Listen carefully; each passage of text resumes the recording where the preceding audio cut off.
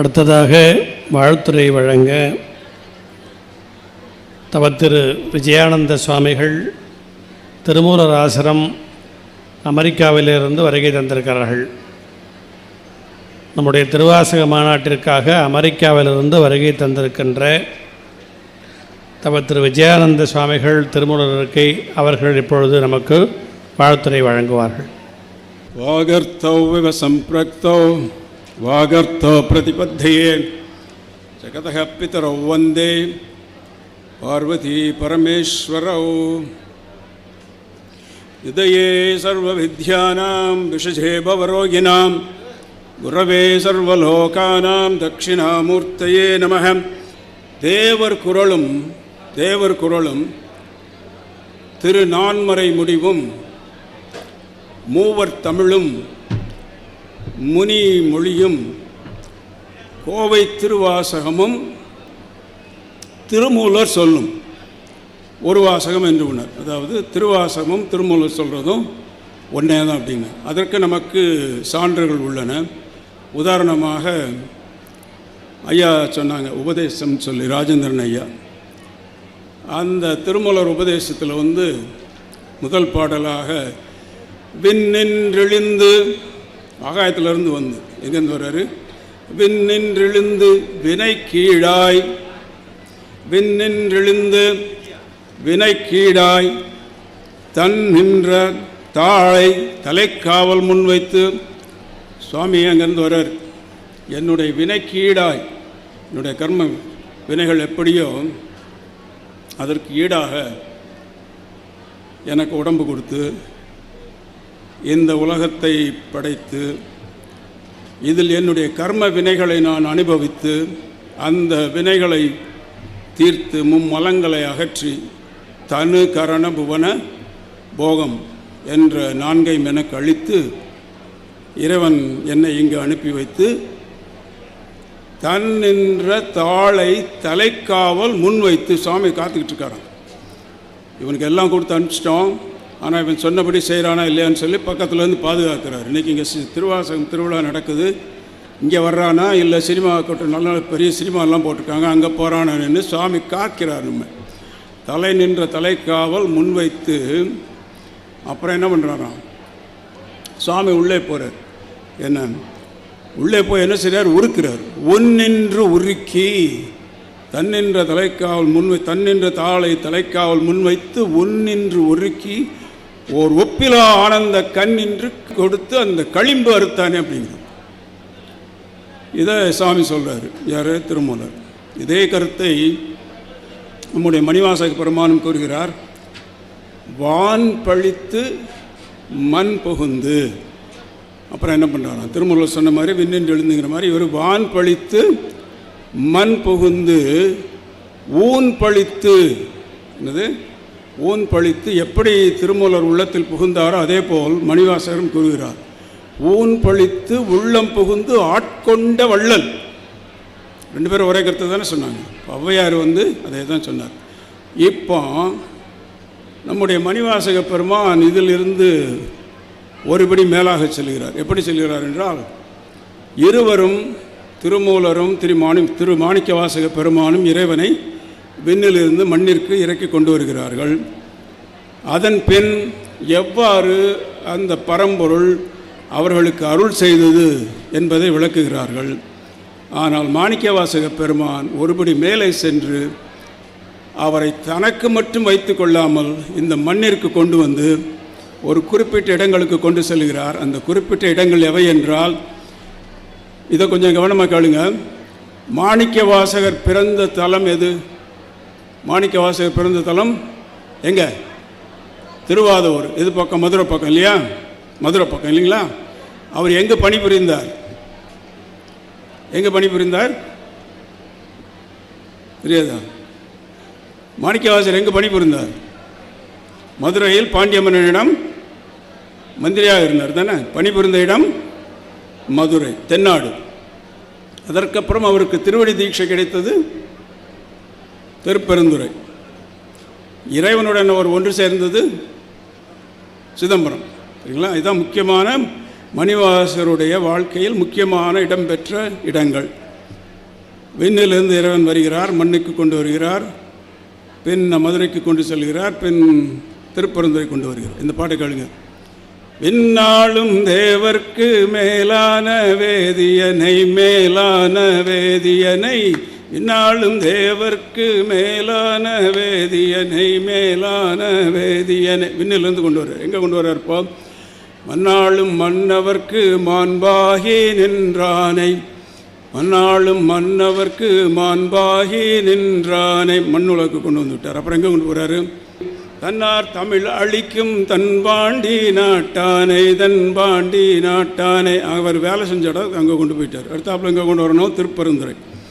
பெண்ணாளும் பாகனை பேணு பெருந்துறையில், பெண்ணாளும் பாகனை பேணு பெருந்துறையில், திருப்பரந்துரை கொண்டு வந்துட்டார். அடுத்தாப்புல எங்கே கொண்டு போனோம்? எங்கே கொண்டு போனோம்? சிதம்பரம் கொண்டு போகணும்ல. கொண்டு போனாரா? இல்லை. எங்கே கொண்டு வந்தார்?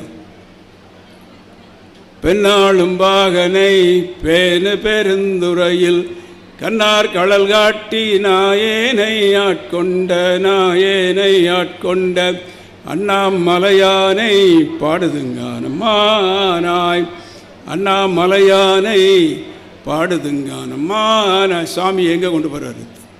சிதம்பரத்துக்கு கொண்டு போனார். எங்கே கொண்டு வந்தார்? உங்கள் ஊருக்கு கொண்டு வந்திருக்காரு. எங்கே? அண்ணாமலை.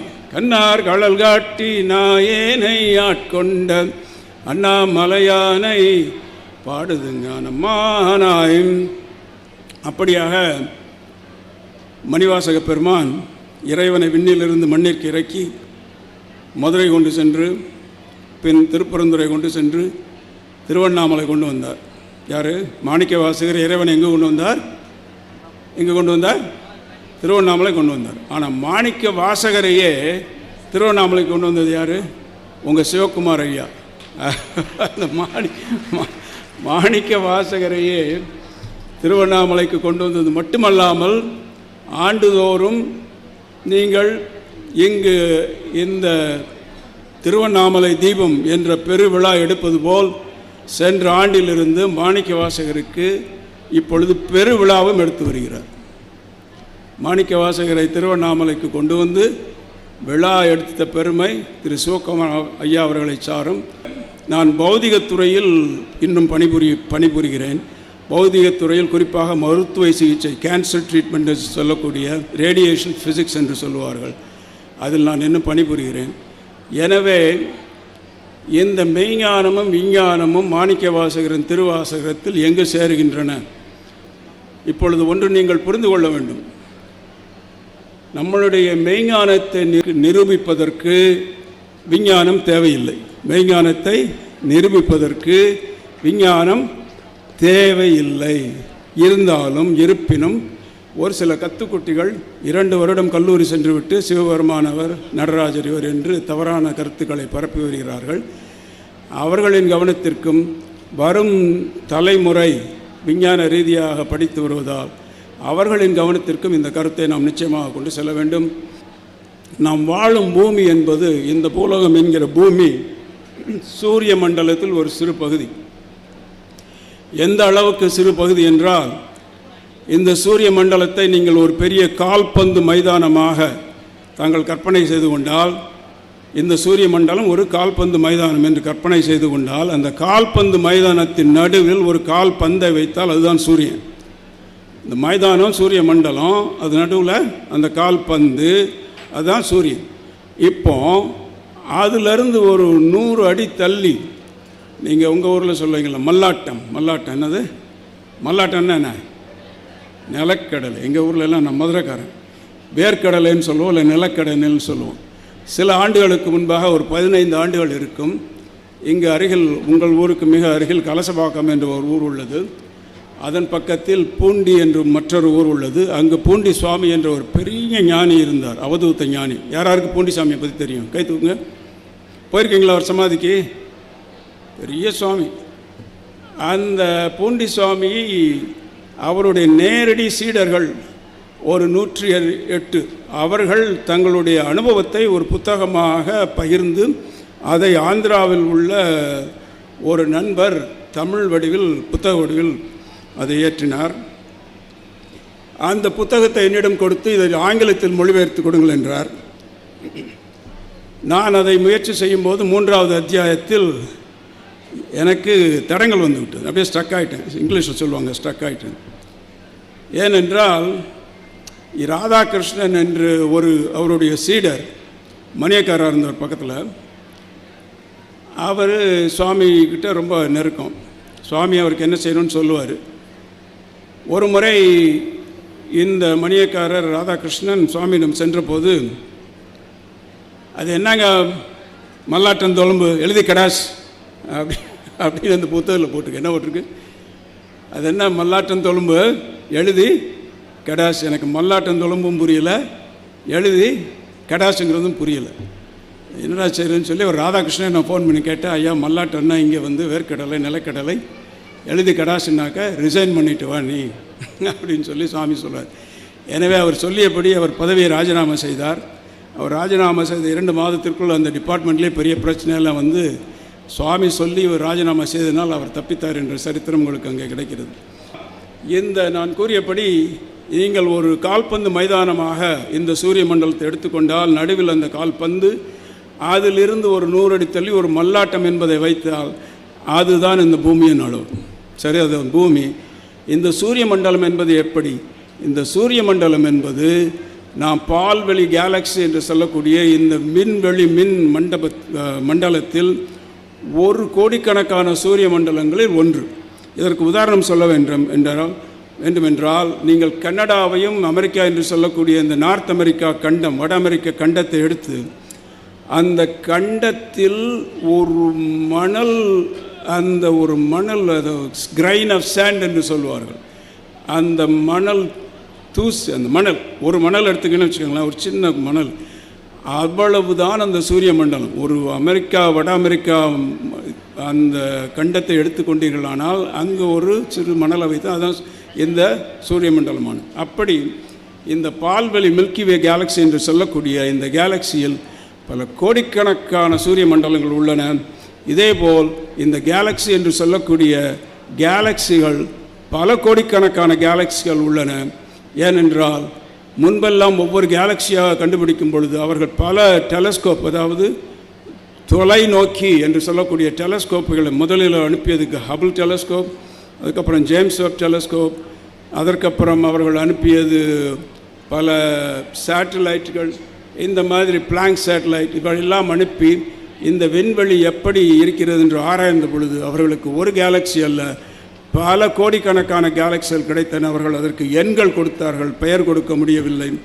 முதலில் மில்கிவே என்றார்கள், ஆண்ட்ரோமீடா என்றார்கள், ஸ்பைரல் கேலக்சி என்றார்கள். பெயர் கொடுக்க முடியாததால் எண் கொடுத்தார்கள். இப்பொழுது அந்த எண்களை பல ஆயிரக்கணக்காக தாண்டிவிட்டன. எதற்காக நான் கூறுகிறேன் என்றால், இந்த பிரபஞ்சத்தின் எல்லையை விஞ்ஞானம் இன்னும் எட்டவில்லை. பிரபஞ்சத்தின் எல்லையை விஞ்ஞானம் எட்டவில்லை. இந்த உண்மையை இருந்த இடத்திலேயே, நம் ஊரிலேயே, இந்த திருவண்ணாமலையிலேயே அடி அண்ணாமலையில் அமர்ந்த இடத்திலிருந்து நமக்கு கொடுத்தவர் மாணிக்கவாசகர் பெருமான். அண்டப்பகுதியின் உண்டை பிறக்கம், அண்டப்பகுதியின் உண்டை பிறக்கம் தொலைக்காட்சி கருவிகள் கண்டுபிடிப்பதற்கு முன்பாகவே பல மேலை நாடுகள் இந்த உலகம் தட்டை என்று நினைத்து கொண்டிருந்த காலத்திலேயே நமக்கு இந்த உலகம் ஒரு உண்டை, உண்டை என்றால் உருண்டை, உலகம் மட்டுமல்ல, இந்த அண்டப்பகுதியில் உள்ள அனைத்து கோளங்களும் உருண்டை என்று உண்மையை கூறியதோ யார்? நம்முடைய மாணிக்கவாசக பெருமான். எந்த ராக்கெட்டில் போனார்? அண்டப்பகுதியின் உண்டை பிறக்கம். எப்படி சுவாமி இருக்கும்? அளக்க முடியுமா? அளப்பெரும் தன்னை அளக்க முடியாது. எப்படி இருக்கும் பார்க்குறதுக்கு? வளப்பெரும் காட்சி, கண்கொள்ளா காட்சி. சரி, எத்தனை இருக்குது? கணக்கில்லை. ஒன்றினுக்கொன்றின் நின்று எழில் பகரின், ஒன்றினுக்கொன்று நின்று எழில் பகரின் எத்தனை இருக்கும்? 101 கோடியின் மேற்பட விரிந்தன. எத்தனை கோடி? 101 கோடியின் மேற்பட விரிந்தன. சாமி புரியலை. உதாரணம் சொல்லுங்கன்னா, எல் நுழை கதிரின் துண் அனுப்புறையன்னு. உங்கள் வீட்டில் ஜன்னலில் போய் பாரு, அந்த ஜன்னலில் வெயில் வருதா? அந்த வெயிலில் தூசி தூசியாக மின்னுதா? ஆமாம் சாமி. எல் நுழை கதிரின் துண் அனுப்புறையன்னு. இன்றைக்கி இவங்க அனுப்புகிற படமெல்லாம் எக்ஸாக்ட்லி அப்படியே தான் இருக்குது. இன்றைக்கி இந்த விண்வெளி காட்சிகள் நீங்கள் இந்த விண்வெளி அஸ்ட்ரானமி என்று சொல்லக்கூடிய இந்த விண்வெளி விஞ்ஞானம் நமக்கு அளிக்கக்கூடிய பல இந்த James Webb telescope, Planck satellite அளிக்கக்கூடிய காட்சிகளை பார்த்தீர்களானால் மாணிக்க வாசகர் என்று என்ன உதாரணம் கொடுத்து சென்று விட்டாரோ அப்படியே இருக்கின்றது. எப்படி போனார்? சிறிது நேரத்திற்கு முன்பு சங்கராச்சாரிய ஐயா அவர்கள் இந்த அமெரிக்காவில் உள்ள கவ்வை ஆதீனத்தை பற்றி குறிப்பிட்டார்கள். அது கவ்வை ஆதீனம், அது பேரே இறைவன் கோவில் என்று இருந்தாலும் அதற்கு அந்த சிவ சுப்பிரமணிய வைத்த பெயர் ஆதீனம் என்றே பெயர் வைத்தார். அவருடைய குரு யோகசுவாமி என்று ஜாஃப்னாவில் இருந்தவர்.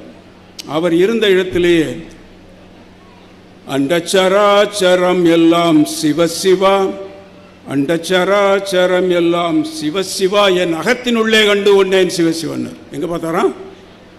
எங்கே பார்த்தார்? அண்டச்சராச்சரம் எல்லாம் ராக்கெட்டில் போனார். சிவனுடைய கருணை. இப்போ மாணிக்க வாசகர்கள் இன்னொரு வரி போடுறார். இவ்வளவு சொல்லிட்டு 106 கோடியின் மேற்பட விரிந்தன எழுநுலை கதிரின் நுண்ண துண்ணனு புறைய சிறியாக பெரியவன் தெரியும். இதெல்லாம் இந்த பெருமான் இருக்காரே, அவர் தான்ப்பா எல்லாத்துக்கும் பெருசு. நீ பார்க்குற இந்த அண்டச்சராச்சரம் விஞ்ஞானம் இந்த எல்லையை எட்ட முடியாத அண்டச்சராச்சரம் இருக்கே, ரொம்ப சிறுசிடான், சிறியாக பெரியவன் தெரியும்னார். அப்புறம் இந்த அண்டச்சராச்சரத்தின் வடிவு என்ன அப்படின்னு நாசா விஞ்ஞானிகள் அதை கண்ணுறமுற்ற போது இந்த ஹபிள் டெலஸ்கோப் என்பது இந்த அண்டச்சராச்சரத்தை பல கோணங்களிலிருந்து படம் படித்து இங்கே உலகுக்கு அனுப்பியது. இந்த படங்களெல்லாம் தைத்து ஒன்றாக பார்க்கும் பொழுது அது என்ன வந்தது தெரியுமா? அண்டச்சராச்சரத்துடைய படம் என்ன வந்தது? சிவலிங்க வடிவாக வந்தது. இன்றைக்கி நீங்கள் போய் கூகுளில் போய் பாருங்கள். இந்த அண்டச்சராச்சரத்தின் வடிவு என்னது? சிவலிங்கம். வேதங்கள் சொல்லும். வேதங்கள் ஐந்தாவது இறைவனுடைய 5வது முகத்தை விவரிக்க வந்த வேதங்கள் என்ன கூறும் என்றால், வியக்தா வியக்த நிரூபிதஞ்ச பரமம் சத்ரும் சதத்வாதிகம் தஸ்மாத் உத்தர தத்துவம் அக்ஷரமிதி தியேயம் சதா யோகிபிஹி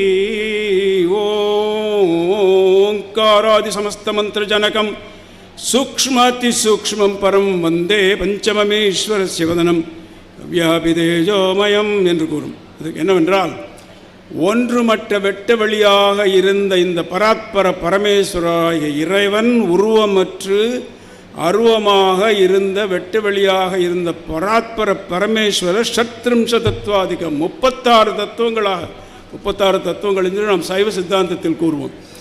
சத்ரிம்ச தத்துவாதிகம் தஸ்மாத் உத்தர தத்துவம் அக்ஷரமிதி தியேயம் சதா யோகிபிஹி. இதை உண்மையான உயர்ந்த தத்துவம் எது? இந்த சித்தாந்தத்தை உயர்ந்த தத்துவம் என்று உன்னை யோகிகள் எப்பொழுதும் தியானித்துக் கொண்டிருக்கிறார்கள் என்று வேதம் கூறுகிறது. எனவே இந்த வேதத்தில் என்ன கூறுகிறார் என்றால், ஒன்றும் அற்ற வெட்ட வெளியாக நீ இருக்கிறாய். 36 தத்துவங்கள் மூலமாக இந்த அண்டச்சராச்சரமாக பரிமாணித்துள்ளாய். சரி, இப்போ நம்ம சாமியை கும்பிடணும். ஒன்றுமற்ற வெட்ட வெளியை யாராவது கும்பிட முடியுமா? ஒன்றுமே தெரியாது கண்ணுக்கு. யாராவது கும்பிடுங்க, என்ன கும்பிட முடியுமா? முடியுமா? முடியாது. இந்த அண்டச்சராச்சரத்தை கும்பிட முடியுமா? முடியாது. ரெண்டும் முடியாது. அப்போ என்ன செய்கிறது? எனவே இறைவன் கருணை கூர்ந்து நமக்கு சிவலிங்க வடிவமாக இந்த சிவலிங்கம்தான் இந்த அண்டச்சராச்சரம். இந்த அண்டச்சராச்சரம் ஒன்றுமற்ற வெட்ட வெளியாகிய பராத்பர பரமேஸ்வரமாகிய என்னிடமிருந்து வந்தது என்று கூறி நமக்கு கருணை கூர்ந்து அதையும் அளித்துள்ளார். அமெரிக்காவில் இருந்து இந்த மாநாட்டிற்காக இங்கே செந்தமிழிலே ஒரு உரையை நிகழ்த்திய சுவாமிகளுக்கு நன்றிகள்.